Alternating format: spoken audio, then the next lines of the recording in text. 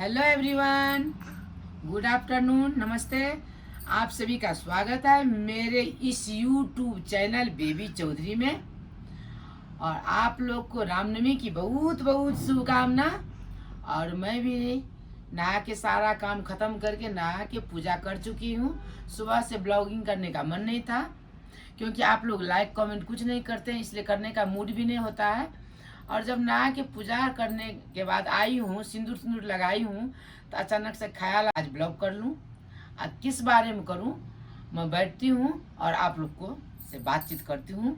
देखिए आगे मैं बैठ के आप लोग से बात करना शुरू करती हूँ।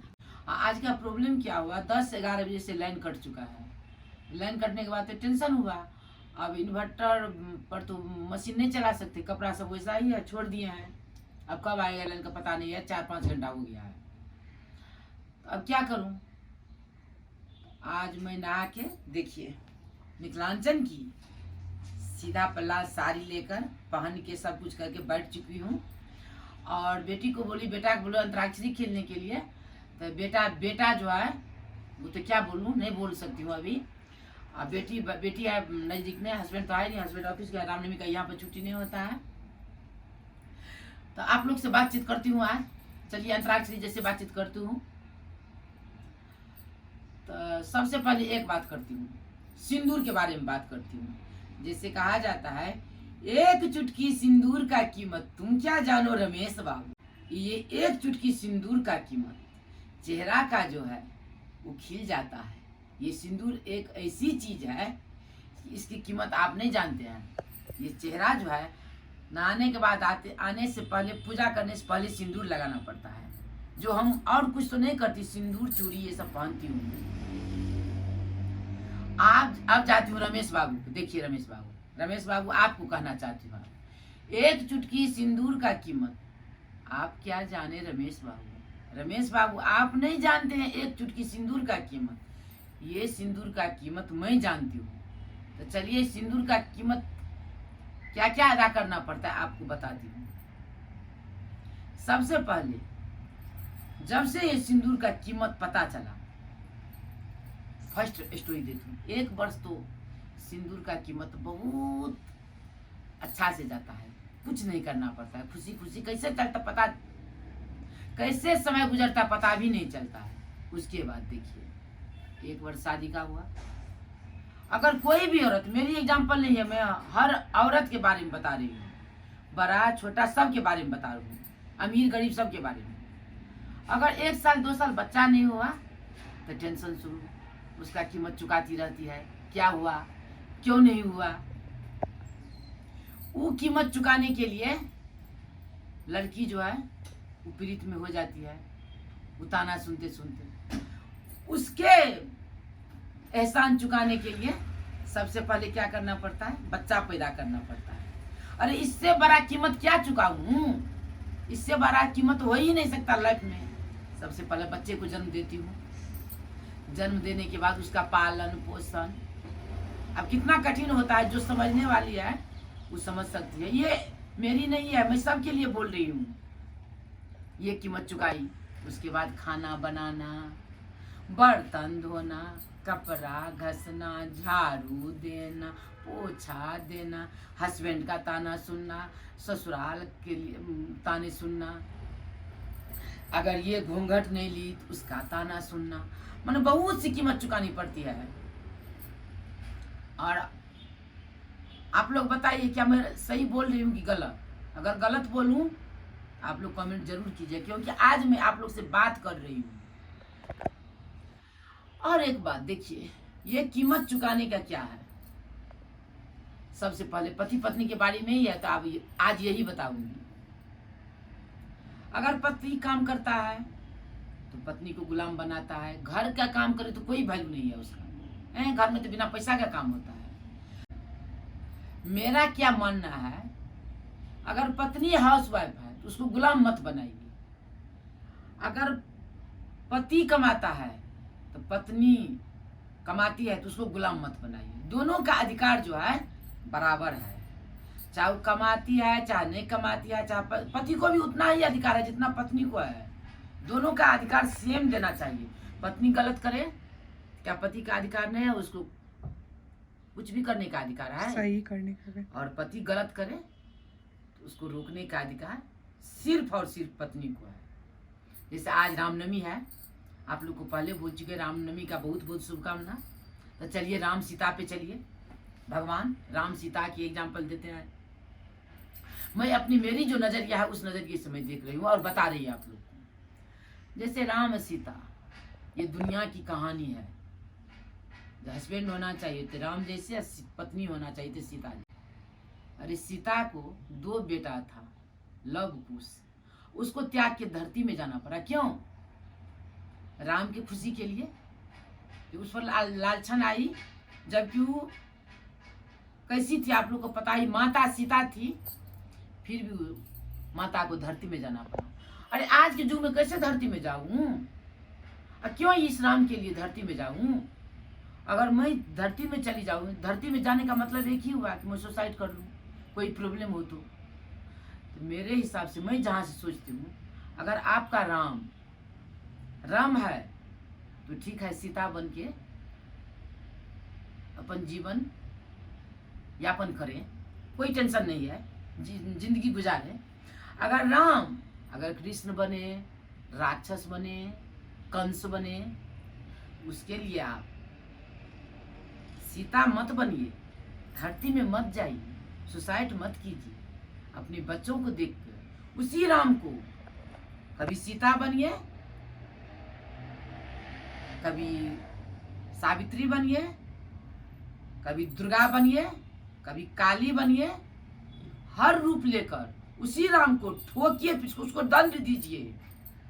अगर पत्नी अच्छी नहीं, सीता नहीं है, तो उसको भी आपको देने का अधिकार है, आप दे सकते हैं। दशरथ जी ने 3 शादी की थी, लेकिन तीनों को औरत को सम्मान दिया उन्होंने। राम का तो जो नसीब में है वो होकर ही रहता है, इसमें कोई भी कुछ नहीं कर सकता है। राम हो, सीता हो, मैं हूँ, आप हैं, जो भी है, ये जो किस्मत में है वो तो होके, लेकिन इंसानियत निभाना पड़ता है। इसलिए हर औरत का सम्मान करना जरूरी है। अब मैं हर औरत से ये कहना चाहती हूँ कि अपनी राम को जैसे भी, समाज की परवाह ना करे, कौन क्या बोलता मत देखिए, अपनी लाइफ देखिए, हमको क्या करना है। अगर मेरे पति गलत रास्ता जा रहे हैं जिससे मेरे को प्रॉब्लम होगी, तो उस पति को मैं समाज के लिए छोड़ दूं? समाज क्या कहेगा? नहीं, उसके लिए हमको जो करना पड़ेगा मैं करूंगी। कौन क्या बोलता है, कहाँ क्या करता है, हमको नहीं पता है, मैं नहीं जानती ये सब। जो बोलना है जिसको बोलने दो, घंटा फर्क पड़ता है समाज से। जिंदगी मेरी है, जाएंगे समाज के नजरिए में? जी नहीं, मैं नहीं मानती हूँ। आजकल के जमाने में क्यों घूंघट लेती है, उसका सम्मान होता है। क्या जो जींस पहनती है घूंघट नहीं लेती, उस सम्मान नहीं करती, उसका इज्जत किया, उस सच बोल रही तो बहुत खराब। मैं ये सब कुछ नहीं मानती हूँ, मैं नहीं मानती हूँ कुछ भी नहीं। मेरा मानना यही है कि इज्जत करिए सबकी, जो अपने से बड़े हैं उसका इज्जत कीजिए। अगर आपका बड़े आपका इज्जत नहीं करते हैं तो आपको निसंकोच उसको बेइज्जत करने का अधिकार है, आप कर सकते हैं। और मैं क्या क्या बताऊं आप लोग को, अभी तो बहुत बाकी है, बस छोटी सी क्लिप दे रहे हूँ और आगे की जर्नी बताती हूँ। आज रामनवमी है, बाहर जाने का प्रोग्राम था, धूप बहुत है, नहीं जा पाई, क्योंकि धूप इतना है कि निकलने में बहुत टेंशन हो गया। फाइनल कर चुकी थी, रेडी हो चुकी थी, नहीं जा पाई क्योंकि स्किन भी खराब होता है और बहुत परेशानी हो जाती है। तो नज़दीक में यहीं पर मंदिर है, हनुमान मंदिर, जहाँ पर प्रोग्राम होता है रामनवमी का, जाऊंगी, देखूंगी। और एक जगह पानी पूरी वाला जो है, जैसे नेपाल में पानी पूरी बोलता है, उसका उद्घाटन है और इन्वाइट किया था। जाऊंगी, मैं तो नहीं खाती हूँ, बच्चे लोग के लिए जाऊंगी, देखूंगी और कुछ लेती हूँ और आप लोग को अभी दिखाती हूँ। और मैं बहुत कुछ बताऊंगी इसमें, आप लोग ये बात सुने, कमेंट करें। छोटा सा क्लिप है, आज बैठे बैठे अचानक से आया था, आप लोग को बता रही हूँ। और मैं ब्लॉग बनाने का रीज़न यही था, मैं दिखाऊंगी कम, बात करूंगी ज़्यादा, इसलिए आप लोग मुझे सपोर्ट करें। और अभी तो आगे जर्नी बाकी है, दिखाती हूँ, तो देखते रहिए, बने रहिए मेरे इस ब्लॉग में, बेबी के इस ब्लॉग में। और मैं कैसी लगती हूँ। मैं और मिथिलांचल की आज देखिए ना सीधा पल्ला लेकर बैठी हूँ। सारी जो यहाँ घूंघट तो नहीं लेती हूँ मैं, और मैं मेकअप कुछ नहीं करती, और सिंपल सा गला पहनी हूँ, रामनवमी है गला में पहन ली हूँ। ये भी मैं खोल के रखूंगी, वो हमको अच्छा नहीं लगता है। और एक बात बताइए, मेकअप नहीं करती तो अच्छी नहीं लगती है क्या? और जो चूड़ी पहनती है वही सुहागन है क्या? जो बिंदी लगाती है वही सुहागन है? मैं ये सब नहीं मानती हूँ। दिल का अच्छा होना जरूरी है। मेरी बेटी का एग्जाम्पल दे दीजिए, आपका बेटी और मेरी बेटी। देखिए एक बात बताती है, अगर डॉक्टर बन गई तो डॉक्टर बनेगी तो क्या मेकअप करके हॉस्पिटल जाएगी? और जिसकी बहू इंजीनियर है, बेटी इंजीनियर है, तो उसको मेकअप करना जरूरी है? इसमें कौन सा कहानी, कौन सा किताब में लिखा हुआ है कि मेकअप करने से सुहागन होता है? अरे यार बट फोकटिया दिल जो है ना, ये जो इंसानियत रखिए, सच्चा रखिए। ये सच्चा होने से कुछ भी फर्क नहीं पड़ता है। ये नाटक वाला, ये करूं तो अच्छा हुआ, ये को तो मैं ये सब नहीं मानती हूँ। और क्या बताऊं, आगे बने रहिए बेबी के ब्लॉग में, मैं दिखाती हूँ। और यहाँ मेरे साथ एक ही मेरी बेटी बैठी हुई है। बेटा जाऊ हंसते हंसते पागल हो चुका है, बेटी भी हंस रही है, मम्मी क्या कर रही है। लेकिन मैं अपनी कहानी जो है आप लोग के से शेयर करूंगी। एक बार मैं आप लोग को बताती हूँ। ये साड़ी जो है बहुत पुराना है, मैंने शादी का टाइम ससुराल से आया था, वही आज पता नहीं कैसे निकल गया, आज वही पहनी हूँ। तो चलिए आप लोग को दिखाती हूँ, मेरे साथ बने रहिए इस ब्लॉग में। आगे चलिए, मंदिर जा रही हूँ, दिखाती हूँ आप लोग। ये हनुमान मंदिर काठमांडू का बहुत प्रसिद्ध मंदिर है, हनुमान मंदिर। और देखिए यहीं पर दिखाती हूँ, आइए।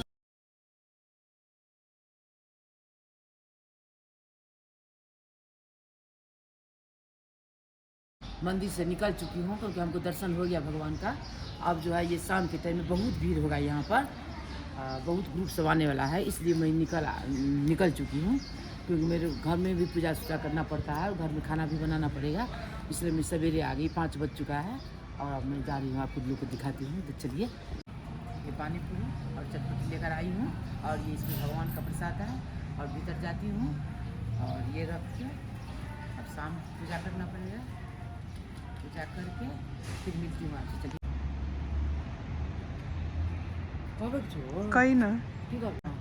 चटपटी पानी पूरी लेकर आई थी, वो बेटा ऊपर में लेकर आए हैं, उसको भी अभी वो खा रहा है। और दिन में लाइन नहीं था, 5 साढ़े 5 बजे बत्ती आया, उसके बाद कपड़ा मशीन में था, वो हो गया, वो देने के लिए आया।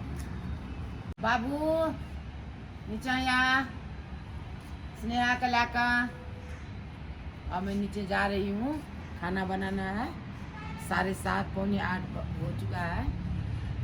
अब खाना में क्या क्या बनता है, ये ब्लॉग में यहीं पर एंड करती हूँ। अब मिलती हूँ नेक्स्ट ब्लॉग में। मेरे यूट्यूब चैनल को सब्सक्राइब कीजिए प्लीज़, लाइक सब्सक्राइब कमेंट कीजिए। Thank you, good night, bye bye.